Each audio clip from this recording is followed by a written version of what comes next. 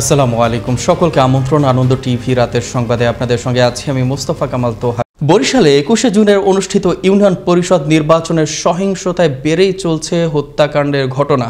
নির্বাচনের দিন হামলার শিকার পরবর্তী প্রাণ হারান ৩ জন। এ ঘটনায় বরিশালের গরুনদীতে একদিকে চলছে শোকের মাতম, অন্যদিকে পুলিশ আতঙ্কে পুরুষশূন্য উপজেলার ৩টি গ্রাম। বরিশাল ব্যুরো প্রধান কাজী আলামিনের প্রতিবেদনে দেখুন বিস্তারিত। দিন দিন বেড়েই চলছে খুনের ঘটনা। বরিশালের গরুনদীতে নির্বাচন পরবর্তী সহিংসতায় আরও একজন নিহত হয়েছেন। এ নিয়ে একই এলাকায় নির্বাচন কেন্দ্রিক সহিংসতায় দুদিনের ব্যবধানে ৩ জন নিহতের ঘটনা ঘটেছে। এ কারণে ওই এলাকায় বেড়েই চলছে উত্তেজনা। নিহতের ঘটনায় সাথে জড়িতদের দৃষ্টান্তমূলক শাস্তির দাবি করেছেন স্বজনরা। ওপারকোট যে নির্বাচন ওইটা কেন্দ্র করে আমার কাকারে তারা নিহত করছে, তারা মারছে।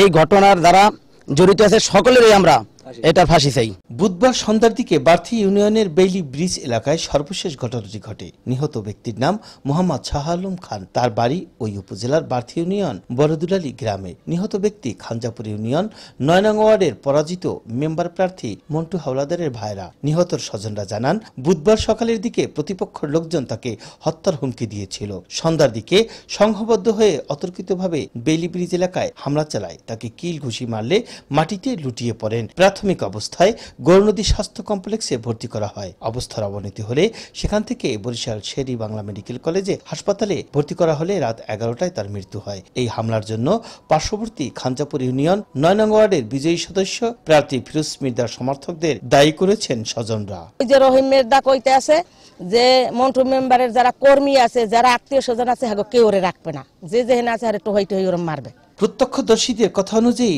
এই নিহতর ঘটনায় হামলার সাথে জড়িতদের বাড়িতে যাওয়া হয়। দেখা মেলেনি কোনো পুরুষের, আবার অনেকেই বাড়ি ছেড়ে পালিয়েছেন। তবে বাড়ি থাকা কয়েকজন জানিয়েছেন ভিন্ন কথা। তাদের সাথে তো আমাদের কখনো বিবাদ হয় নাই বা ঝগড়া হয় নাই, মানে এই ভোটের নিয়ে মানে ছোট বাচ্চাদের নিয়ে তর্কাতর্কি হয়েছে এই বিষয়। ঘটনাস্থল পরিদর্শন করেছেন পুলিশের একাধিক টিম। তবে তদন্তের স্বার্থে এই বিষয়ে বক্তব্য দিতে নারাজ অতিরিক্ত পুলিশ সুপার মোহাম্মদ শাহজাহান। নির্বাচনী সহিংসতায় প্রথম ধাপের হত্যাকাণ্ডের পরে তেমন একটি আইনশৃঙ্খলা বাহিনী মোতায়েন হয়নি এই ঘটনাস্থলে, যার কারণে দফায় দফায় হত্যাকাণ্ডের ঘটনা ঘটছে। তবে ধারাবাহিক এই হত্যাকাণ্ড নিরসনে পর্যাপ্ত আইনশৃঙ্খলা বাহিনী মোতায়েন করার দাবি এলাকাবাসীর। কাজী আলামিন, আনন্দ টিভি, গৌরনদী, বরিশাল। দেশের খবর। গেল রাতে পাবনার ঈশ্বরদীর আওতাপাড়া মানিক সর্দারের বাড়ি থেকে উদ্ধার করা হলো চাপা হোসেন নামের এক প্রতিবন্ধী যুবকের মরদেহ। স্থানীয়রা জানান, এ অঞ্চলে ভিক্ষা করত ওই যুবক। পূর্ব পরিচিতি থাকায় ওই বাড়িতে যাতায়াত ছিল তার। লাশের শরীরে আঘাতের চিহ্ন রয়েছে বলে জানান ঈশ্বরদী থানার ভারপ্রাপ্ত কর্মকর্তা আসাদুজ্জামান। তদন্ত সাপেক্ষে প্রকৃত রহস্য উদ্ঘাটন করা হবে বলেও জানান তিনি।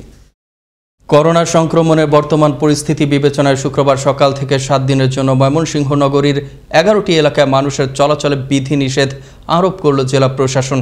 বৃহস্পতিবার বিকেলে জেলা প্রশাসক এনামুল হক স্বাক্ষরিত এক গণবিজ্ঞপ্তিতে এ ঘোষণা জারির পর নগর জুড়ে মাইকিং করা হয়। সকাল থেকেই নগরীর ব্যস্ততম সড়কগুলোতে মানুষের চলাচল ছিল সীমিত। নাটোর সদর হাসপাতালে করোনা উপসর্গ নিয়ে মৃত্যু হলো আরও 2 জনের। 70 বছর বয়সী 2 জনের, একজন নারী এবং অপরজন পুরুষ। এদিকে গেল 24 ঘন্টায় নতুন করে জেলায় করোনা আক্রান্ত হন আরও 78 জন। এ নিয়ে জেলায় মোট আক্রান্ত 3152 জন। নাটোর ও সিংড়া পৌরসভায় চলছে 17 দিনের কঠোর বিধিনিষেধ। জেলার বিভিন্ন স্থানে বসানো হয়েছে পুলিশের চেকপোস্ট। পাবনায় র্যাবের অভিযানে 6 কেজি 500 গ্রাম গাঁজাসহ 2 মাদক ব্যবসায়ীকে আটক করল র্যাব 12। বৃহস্পতিবার র্যাব 12-র একটি আভিযানিক দল গোপন সংবাদের ভিত্তিতে ভারপ্রাপ্ত কোম্পানি কমান্ডার আমিনুল কবির তরফদারের নেতৃত্বে পাবনা জেলার ঈশ্বরদীর মোলাডুলি বাজারে অভিযান পরিচালনা করে। এ সময় আটক করা হয় মাদক ব্যবসায়ী আর্নাল মণ্ডল ও রানা আহমেদকে। দেখছেন আনন্দ টিভি রাতের সংবাদ, সঙ্গে আছি মোস্তফা কামাল তোহা। ঢাকার আশুলিয়া থেকে অপহৃত খোকন নামের এক তরুণকে ধামরাইয়ের ইসলামপুর থেকে উদ্ধার করল র্যাব 4। এ সময় র্যাব 4-এর নবীনগর ক্যাম্পের সদস্যরা তথ্য প্রযুক্তির সহায়তায় ধামরাইয়ের ইসলামপুরে অভিযান চালিয়ে আটক করে অপহরণকারী চক্রের মূল হোতা ও কিশোর গ্যাংয়ের লিডার পাপ্পু সহ মোট 4 জনকে। শুক্রবার দুপুরে র্যাব 4-এর পক্ষ থেকে এক সংবাদ বিজ্ঞপ্তিতে জানানো হয় এ তথ্য। নারায়ণগঞ্জের রূপগঞ্জ উপজেলার গোলাকান্দাইল ইউনিয়নের গাবতলী ও দত্তেরকান্দি এলাকায় ক্ষমতাসীন দলের নাম ভাঙিয়ে ব্রহ্মপুত্র নদীতে ড্রেজার বসিয়ে অবৈধভাবে বালু উত্তোলন করছে স্থানীয় এক প্রভাবশালী বালু ব্যবসায়ী। এতে দেখা দিচ্ছে নদী ভাঙন, হুমকির মুখে পড়েছে ইউনিয়নের রাস্তাঘাট। এছাড়াও নদীর তীরবর্তী বাড়িঘর, শিক্ষা প্রতিষ্ঠান, দোকানপাট সহ বিভিন্ন স্থাপনা রয়েছে হুমকির মুখে। এ অবস্থায় প্রশাসনের হস্তক্ষেপ কামনা করছেন ভুক্তভোগীরা। আকাশে কালো মেঘ, একটু পরেই নামবে অঝোর ধারায় বৃষ্টি। না, এটা কোনো চমকপ্রদ লাইন নয়। কালো মেঘ দেখলেই আটকে ওঠেন নারায়ণগঞ্জের ফতুল্লা ইউনিয়নবাসী। জলাবদ্ধতার সাথেই মানবেতর জীবনযাপন করছে ইউনিয়নটির কয়েক শতাধিক পরিবার। নারায়ণগঞ্জের ফতুল্লা থেকে মনি ইসলামের প্রতিবেদনে আরও জানাচ্ছেন ফয়সাল মাহমুদ। বৃষ্টি হলো প্রাকৃতিক সৌন্দর্যের আধার, কিন্তু বৃষ্টি হলেই আতঙ্কে থাকে নারায়ণগঞ্জের ফতুল্লা ইউনিয়নবাসী। বৃষ্টি ছাড়াই সেই ইউনিয়নটির কিছু কিছু জায়গায় জলাবদ্ধতা থাকে সারা বছর। সামান্য বৃষ্টি হলে সড়কগুলোর প্রধান যানবাহন হিসেবে ব্যবহৃত হয় নৌকা। দেখে বোঝা মুশকিল সেটি কি সড়কপথ নাকি নৌপথ। জমে থাকা বৃষ্টির পানির সাথে বিভিন্ন শিল্প কারখানার বর্জ্য দূষিত পানি মিশে বসবাস অযোগ্য হয়ে পড়ছে। সেই সাথে নানা ধরনের পানিবাহিত রোগে আক্রান্ত হচ্ছে ফতুল্লা ইউনিয়নবাসী। দোকানপাটের অসুবিধা, জনগণের অসুবিধা, আমরা মসজিদে ঠিক মতো যাইতে পারি না। আমাদের আসতে অনেক কষ্ট হয়, বাচ্চাদেরকে নিয়ে টিকা দিতে আসতে সবারই কষ্ট হয় পানির কারণে। বৃষ্টি হলে রাস্তার মধ্যে এক হাঁটুর উপরে পানি চলে যায়, মানবতার জীবনযাপন করতে হয়। এখানে একটা প্রতিষ্ঠিত ক্লিনিক। এ বিষয়ে জানতে চাইলে নারায়ণগঞ্জ ফতুল্লা ইউনিয়ন পরিষদের ভারপ্রাপ্ত চেয়ারম্যান লুৎফর রহমান স্বপন বলেন, গত বছরের তুলনায় এবার পানির একটু বেশি হচ্ছে, কারণ আমাদের নারায়ণ সিটি কর্পোরেশনের একটা ড্রেন আমাদের ইসরায়েল দিয়ে সংযুক্ত হয়েছে।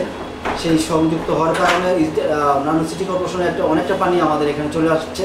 প্রতি বছর বর্ষা মৌসুমেই এরকম জলাবদ্ধতার মুখোমুখি হতে হয় সেখানকার লোকজনের। সমস্যা সমাধানের জন্য সরজমিন পরিদর্শন করে পানি রোধ করার জন্য কর্মকৌশল নির্ধারণ করবে, এমনটা জানালেন জেলা প্রশাসক। পানি উন্নয়ন বোর্ডের এক্সেন সাহেবের প্রতিনিধি, বিকেএমই এবং আমাদের চেম্বারের প্রতিনিধি এবং সংশ্লিষ্ট উপজেলার জনপ্রতিনিধিদেরকে দিয়ে আমরা আশা করছি তারা সরজমিনে পরিদর্শন করে এই পানি থেকে রোধ করার জন্য। এমত অবস্থায় পানি নিষ্কাশনের ব্যবস্থা করার মাধ্যমে চলাচলের পথ হোক সুস্থ, সুন্দর ও স্বাভাবিক, এমনটাই চাওয়া সকলের। ফয়সাল মাহমুদ, আনন্দ টিভি, ন্যাশনাল ডেস্ক। কক্সবাজারের চকরিয়ার খুঁটাখালীতে পানির সাথে নেশা জাতীয় দ্রব্য মিশিয়ে 12 বছরের এক শিশুকে ধর্ষণ মামলার প্রধান আসামি ইউনুসকে আটক করেছে র্যাব 15। বৃহস্পতিবার রাত 8টার দিকে চট্টগ্রামের লোহাগড়া এলাকা থেকে তাকে আটক করা হয়। কক্সবাজার র্যাব 15-এর অধিনায়ক উইং কমান্ডার আজিম আহমেদ শুক্রবার দুপুরে এক প্রেস বিজ্ঞপ্তিতে এ তথ্য নিশ্চিত করেন। অনুষ্ঠিত হল খুলনা টিভি রিপোর্টার্স ইউনিটির বার্ষিক সাধারণ সভা। শুক্রবার খুলনা প্রেস ক্লাবের হুমায়ুন বালু কবির মিলনায়তনে এ সভার আয়োজন করা হয়। খুলনা টিভি রিপোর্টার্স ইউনিটির সভাপতি সুনীল দাসের সভাপতিত্বে ও সাধারণ সম্পাদক AHM শামীমুজ্জামানের সঞ্চালনায় অনুষ্ঠিত সভায় বক্তৃতা করেন খুলনা মহানগর আওয়ামী লীগের সাধারণ সম্পাদক বাবুল রানা ও সাংবাদিক নেতৃবৃন্দ। কুষ্টিয়ার দৌলতপুর উপজেলা জয়পুর এলাকায় master bread and biscuit factory নামের একটি খাদ্য প্রস্তুতকারী প্রতিষ্ঠানকে নোংরা, অস্বাস্থ্যকর পরিবেশে পণ্য উৎপাদন করায় 30,000 টাকা জরিমানা করা হয়। সংরক্ষণ অধিকার আইন 93-এর খ ধারায় প্রতিষ্ঠানটিকে 30,000 টাকা অর্থদণ্ড প্রদান করেন উপজেলা নির্বাহী কর্মকর্তা। জনস্বাস্থ্যের হানি ঘটানোর মতো পরিবেশে এখানে খাদ্যদ্রব্য তৈরি করা হচ্ছে, তো সেই প্রেক্ষাপটে আমরা এখানে এসেছি। এখানে এসে আমরা যেই বেকারিটা পেয়েছি সেই বেকারি মালিককে আমরা 30,000 টাকা অর্থদণ্ড করা হয়েছে। এখন সতর্ক করে দিল এবং এই ফ্যাক্টরি বন্ধ ঘোষণা করছে। এর পরবর্তীতে যদি উনি আবার এই নিয়ম ভঙ্গ করে এই ফ্যাক্টরি হলে তাহলে তার বিরুদ্ধে ফৌজদারি ব্যবস্থা গ্রহণ করা হবে থাকবে না এবং বিএসটি অনুমোদন করেই আমি কারখানা চালাবো। আসলে এটা আসলে ভুল হয়েছে, হ্যাঁ। তারপর আমি ক্ষমা সুন্দর দৃষ্টিতে দেখার জন্য অনুরোধ করছি। আমি করে নেব, এই বছরই করে নেব। মানে আমার কারখানা মাত্র 6 মাস বয়স।